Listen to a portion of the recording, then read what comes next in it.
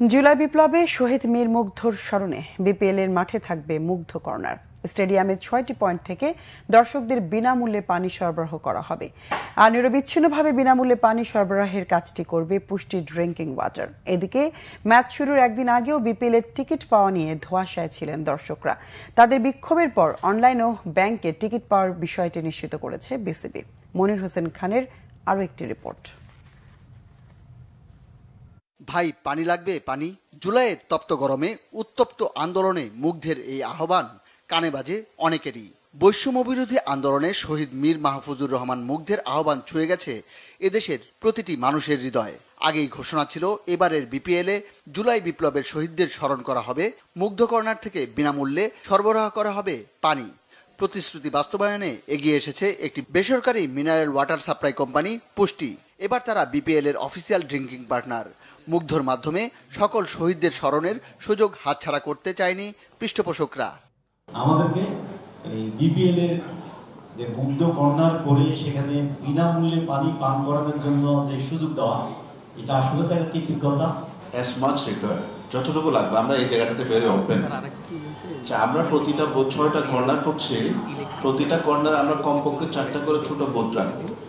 তবে যাদের পানি খাওয়ানোর জন্য এই আয়োজন, সেই দর্শকরাই আছেন ধোঁয়াশার মধ্যে। টুর্নামেন্ট শুরুর 24 ঘন্টা আগেও তারা জানতেন না কোথায় পাওয়া যাবে ম্যাচের টিকিট। অনলাইনে ঢুকেও টিকিট কাটা যায়নি। অনেকে তাই ভোর হতেই ভিড় করেছে বিসিবি প্রাঙ্গণে। ওনারা যদি টিকিট না দিয়ে জানাবে, টিকিট অফলাইনে দেওয়া হবে না, অনলাইনে যাবে, কিন্তু অনলাইনে আমরা ঢুকতে পারতেছি না। অনলাইনে ইরোড দেখাইতেছে। অনলাইন যদি বলতো তাহলে আমরা কেউ ওইভাবে রাত 3টা বাজে, 2টা বাজে, 1টা বাজে আসতাম না। সিন্ডিকেট দিয়ে ভরা পুরা, আপনার অনলাইনে কোনো টিকিট কাটাই যায় না। আমরা এরকম বলে আমরা বিপিএল বয়কট করব, খেলাই দেখবো না। বয়কট এটা ব্ল্যাকে যাবে কেন? কিন্তু অথচ আমরা নরমালি কিনতে পারতেছি না, ব্ল্যাকেতে কিনতে হইতেছে। ততক্ষণে টনক নড়েছে বিসিবির। বেলা 11:15টায় জানিয়ে দেওয়া হয়েছে কোথায় পাওয়া যাবে ম্যাচের টিকিট। অনলাইনের পাশাপাশি ব্যাংক থেকেও কেনা যাবে টিকিট। কিছুটা কমিউনিকেশন গ্যাপ থাকতে পারে এখানে, অনেকে হয়তো এটা জানতেন না যে এটা এইভাবে হচ্ছে।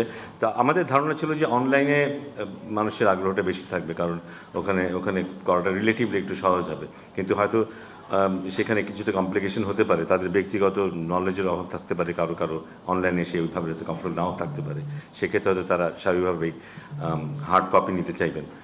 আজ বিকেল 4টা থেকে সেটা অ্যাভেলেবল থাকবে। দর্শকদের হট্টগোলে বিপিএল এর উত্তাপটাও পাওয়া যাচ্ছে পুরোদমে।